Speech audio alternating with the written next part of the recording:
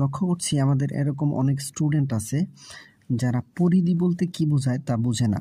সেটা হোক বৃত্ত বা চতুর্ভুজ কিংবা বর্গক্ষেত্র বা কোনো বহুভুজ।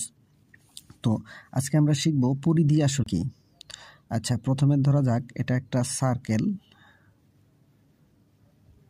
সার্কেল, যদিও সার্কেলটি সুষম হয়নি, আমরা ধরে নিলাম এটা একটা সার্কেল। তো সার্কেলের পরিধি কি?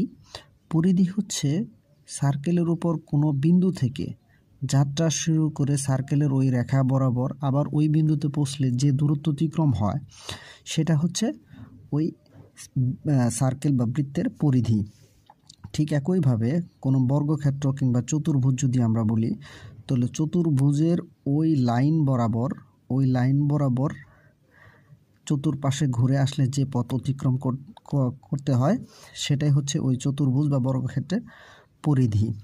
বহুভুজের ক্ষেত্রেও সেম একই রকম, এবং ত্রিভুজ যদি থাকে ত্রিভুজের ক্ষেত্রেও সেম একই রকম, যে ওই ত্রিভুজের উপর দিয়ে কোনো বিন্দু থেকে যাত্রা শুরু করে পুনরায় ওই বিন্দুতে ফিরে আসলে যে দূরত্ব অতিক্রম করতে হয় সেটাই সেই ত্রিভুজের পরিধি। তো ত্রিভুজের ক্ষেত্রে পরিধি নির্ণয় করতে হলে ত্রিভুজের 3টি বাহুর দৈর্ঘ্য যোগ করলেই পরিধি পাওয়া যাবে। চতুর্ভুজের ক্ষেত্রে চতুর্ভুজের 4টি বাহুর দৈর্ঘ্য যোগ করলে তার পরিধি পাওয়া যাবে।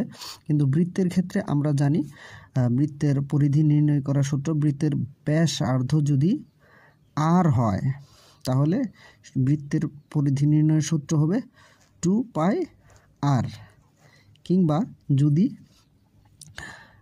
আমাদের ব্যাসকে আমরা d দ্বারা প্রকাশ করি তাহলে আমরা বলতে পারি πd হচ্ছে তার পরিধি। তো আজকে এইটুকুই, ধন্যবাদ সবাইকে। আজকে আমরা পরিধি জানতে পারলাম। ধন্যবাদ, আসসালামু আলাইকুম।